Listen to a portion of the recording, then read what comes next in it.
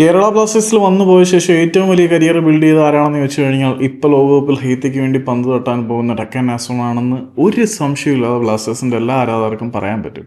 ആ താരം ബ്ലാസ്റ്റേഴ്സിലേക്ക് വന്നത് വളരെ ആക്സിഡൻ്റലായിട്ടാണെന്നാണ് കേരള ബ്ലാസ്റ്റേഴ്സിൻ്റെ പഴയ CEO ആയിട്ടുള്ള വീരൻ ഡിസിൽവ ഇന്നൊരു അഭിമുഖത്തിൽ പറഞ്ഞത്.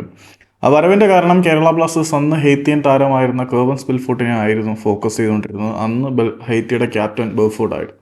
അപ്പം ബെർഫോർട്ടിൻ്റെ പ്രൊഫൈലും വീഡിയോ ഒക്കെ പരീക്ഷിച്ചുകൊണ്ടിരിക്കുന്ന സാഹചര്യത്തിൽ ആക്സിഡൻ്റലായിട്ട് ഒരു താരത്തിൻ്റെ വീഡിയോസ് അന്ന് ബ്ലാസ്റ്റേഴ്സിൻ്റെ അസിസ്റ്റൻറ്റ് കോച്ചും സ്കൗട്ടിംഗ് ഹെഡും ആയിട്ടുള്ള ഇഷ്ഫാഖ് അഹമ്മദ് കാണുകയും ഇഷ്ഫാഖ് അഹമ്മദ് ബെൽഫോർട്ടിൻ്റെ കാര്യം സൈൻ ചെയ്യുന്നതിനെക്കുറിച്ച് സംസാരിക്കുന്നതിൻ്റെ ഇടയിൽ ഇവനെ കൂടെ പൊക്കിയാൽ നമുക്ക് കൊള്ളായിരിക്കും എന്ന് വീരൻ ഡിസിൽവയോട് പറയുകയും ചെയ്തിട്ടുണ്ടായിരുന്നു.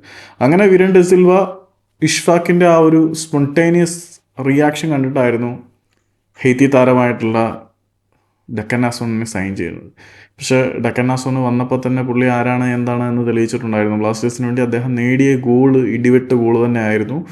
ഒരു പോക്കറ്റ് ഡൈനാമിറ്റിനെ പോലെ പ്രവർത്തിക്കാനുള്ള എല്ലാ കഴിവും ഡക്കൻ നാസോണിനുണ്ടായിരുന്നു. നാസോൺ ബ്ലാസ്റ്റേഴ്സിന് ലഭിച്ചതിൽ വെച്ച് ഏറ്റവും മികച്ച ഒരു അസറ്റായിരുന്നു. തൊട്ടടുത്ത സീസണുകളിൽ നമുക്ക് നാസോണിനെയും ബെൽഫോർട്ടിനെയും ആരെയും നിലനിർത്താൻ പറ്റിയില്ല. അങ്ങ് പോയി. മൂന്നാമത്തെ സീസണിലായിരുന്നു നാസോൺ വന്നത്.